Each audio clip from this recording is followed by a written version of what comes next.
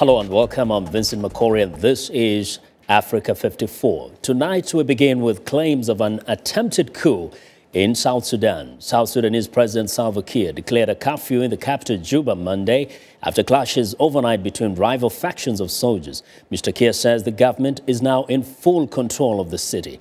At a press conference, President Kiir, flanked by ministers and wearing combat fatigues rather than civilian clothes, detailed what happened. Yesterday at about 6:30 p.m.,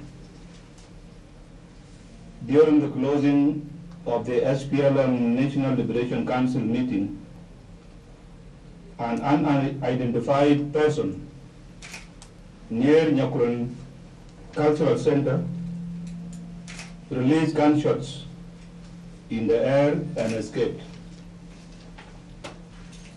This was followed later by an attack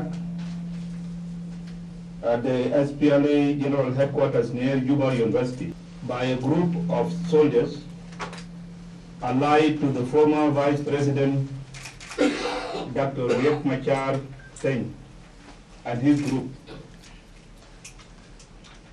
These attacks continued until this morning. Well, the fighting broke out following months of tension between President Salva Kiir and sacked his when President Salva Kiir sacked his deputy, Mr. Riek Machar, in July. Kiir blamed the troops loyal to Machar for the violence. Now, for more insight on the clashes, viewer East Africa correspondent Gabe Joselow joins us via Skype from Nairobi. Hello, Gabe. Hi, Vincent. Now, very briefly, update us on what you're hearing in terms of the state of affairs in South Sudan now. Our understanding is it's much calmer than it was this morning when there was really sustained gunfire. Witnesses were telling us that they heard just for hours there was really heavy fighting heard coming from sort of the area around the army barracks. Some loud explosions as well. It's calmed down. There's still reports of some sporadic gunfire, and it definitely remains a tense situation. The U.S. Embassy in South Sudan remained closed, and there was a statement released from that embassy. What are they saying? The U.S. Embassy is calling for calm among all the parties involved. They've also denied reports that Vice President Machar was hiding out at the U.S. Embassy or holding up there. And in addition, they're trying to reach out to people through social media mostly now because the phone lines, the cell phone networks have been quite intermittent since the fighting began. Are there known casualties in those shootouts? Numbers? We don't have any confirmed numbers yet, but some people on the scene reporting from the hospitals are seeing wounded coming in there. So I think there's evidence that there have been some casualties. We just don't have the numbers yet.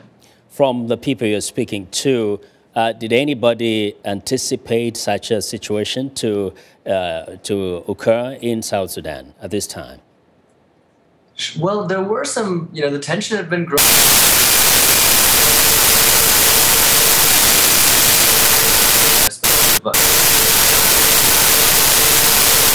Char.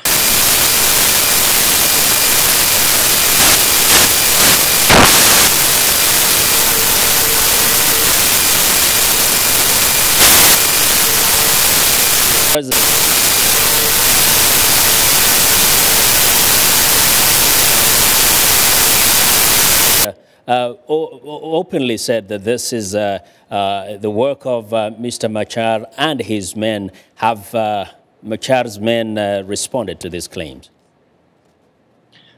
We haven't heard any real official responses yet. The South Sudanese government, the security bodies, have been chasing down people who they say were involved in this alleged coup. So we know there have been arrests of some pretty high-profile politicians. The big question is the whereabouts of Mr. Machar right now. He is certainly somebody that the government is seeking.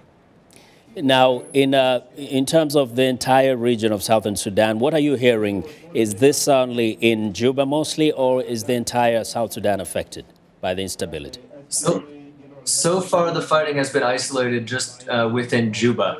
Of course, this is something that's broken out apparently between military ranks. and there's military stationed across the country, and there are concerns that it could spread to other areas. Also, if it takes on this ethnic dimension, since it is a rift between two political leaders from different ethnic groups, there could be much more widespread violence and tension. And that's something that people are very concerned about, and that we'll be watching over the next 24, 48 hours. Indeed, we'll be watching and we'll be checking with you, Gabe.